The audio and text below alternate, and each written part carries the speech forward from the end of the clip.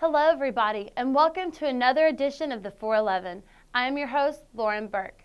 Throughout this show, I'll be providing you with Australian racing news, featured races and track profiles, along with my picks.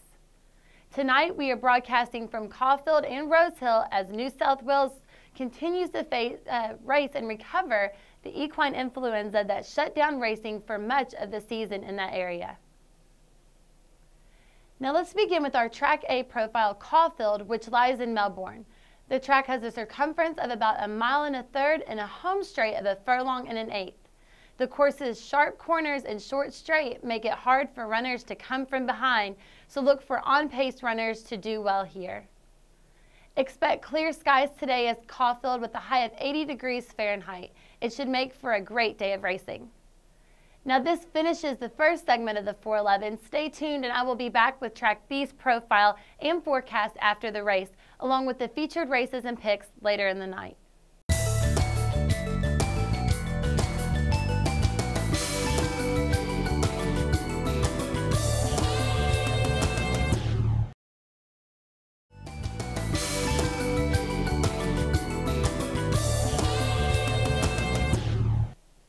Welcome back to the 411. It is now time for our Track B profile, Rosehill, which is located in Sydney.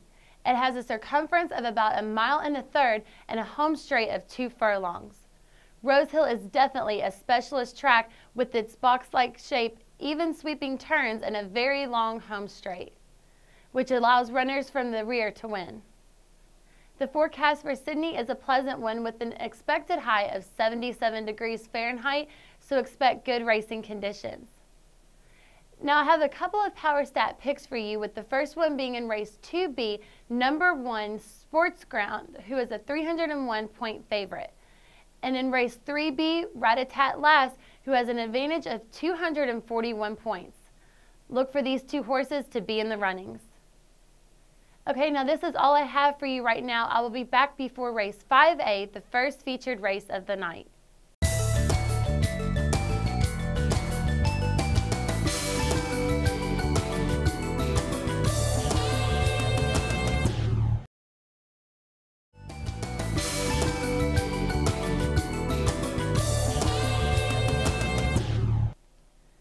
Hello again and welcome back to the 411. Let's look at our first feature, the $45,000 Redelva Open Handicap of 5.5 furlongs. My first pick is the 6-year gelding number 8 Goffin, who is running in top form right now. He just took a 5.5 furlong race at Ballarat by 4 lengths and has finished in the money his past 5 contests. Even though he is a bit outclassed, he still looked really good of late. Now second, I like number 3, Rubiton Raider. He fared poorly last race on the dead track, but he runs much better in good conditions, which it looks to be today. With 3 consecutive wins prior to his 12th place finish, I expect Rubiton Raider to return to good form. And finally, I am taking number 6, Immortality, to come in third. He has been very consistent of late and most likely will continue to finish in the money in this contest. Once again, my selections for this race are 8, 3, and 6 in that order. I will be back to preview race 7B.